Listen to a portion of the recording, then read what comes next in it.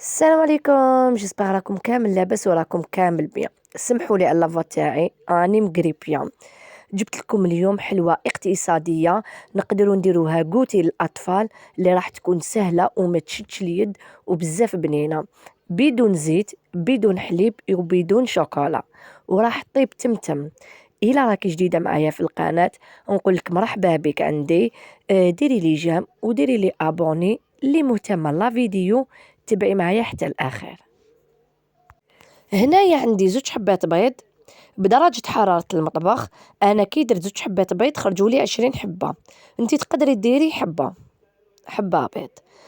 زدنا كاس سكر عادي نضربهم بالباتيغ بيان، واللي ما عندهاش الباتيغ تقدر تضربهم بالفوي حتى يذوب لها السكر ويولي الخليط أبيض هاكا، حتى يولي هاكا الخليط كيما راكم تشوفوا.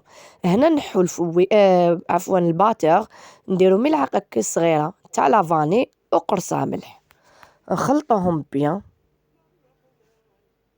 هكذا.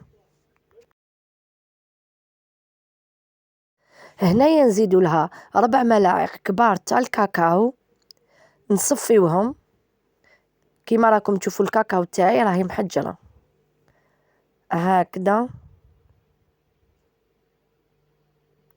هكذا.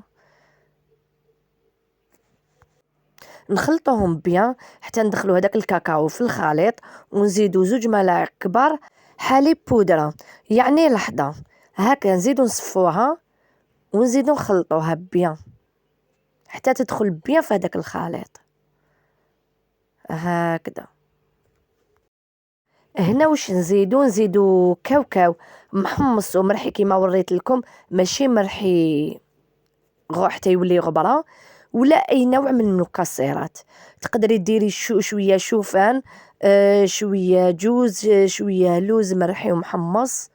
انا درت هنايا كيما قلت لكم اقتصاديه، كاوكاو محمص ومرحي.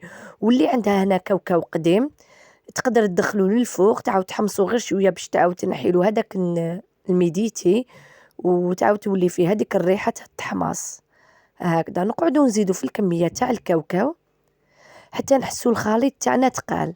شوفوا هنا مازال يخصو الكاوكاو، نزيدو نخلطو. هنا ما نقدرش نعطيكم شحال الكميه تاع الكاوكاو اللي استعملتها، دوك تشوفوا القوام.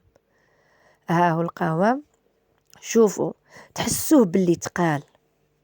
كي ترفدوا الغيسيبيون تقلبوه تحسوا باللي ثقيله ما تحبطش فاسيلمون.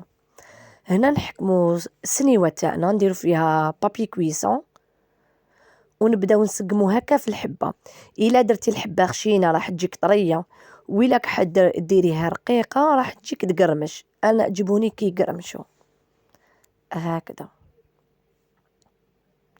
انا هادو 20 حبه بسلامتهم خلاصوا في دقيقه. انا قلت اومو يقعدوا للقوتي للاطفال مي خلاصوا في دقيقه. مقوة البنات تاعها بزاف بنينه.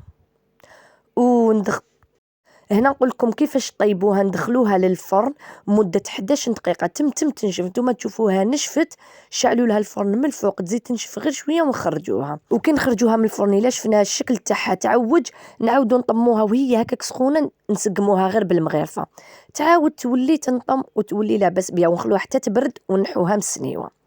هاي لك الحلوة تاعنا. شوفوا الله الله كيفاش دايرة وراهي واجدة معانا. قلت لكم بزاف بنينه بعدا الا خلطنا لها من المكسرات. ان شاء الله تكون عجبتكم الوصفه تاعي تاع اليوم.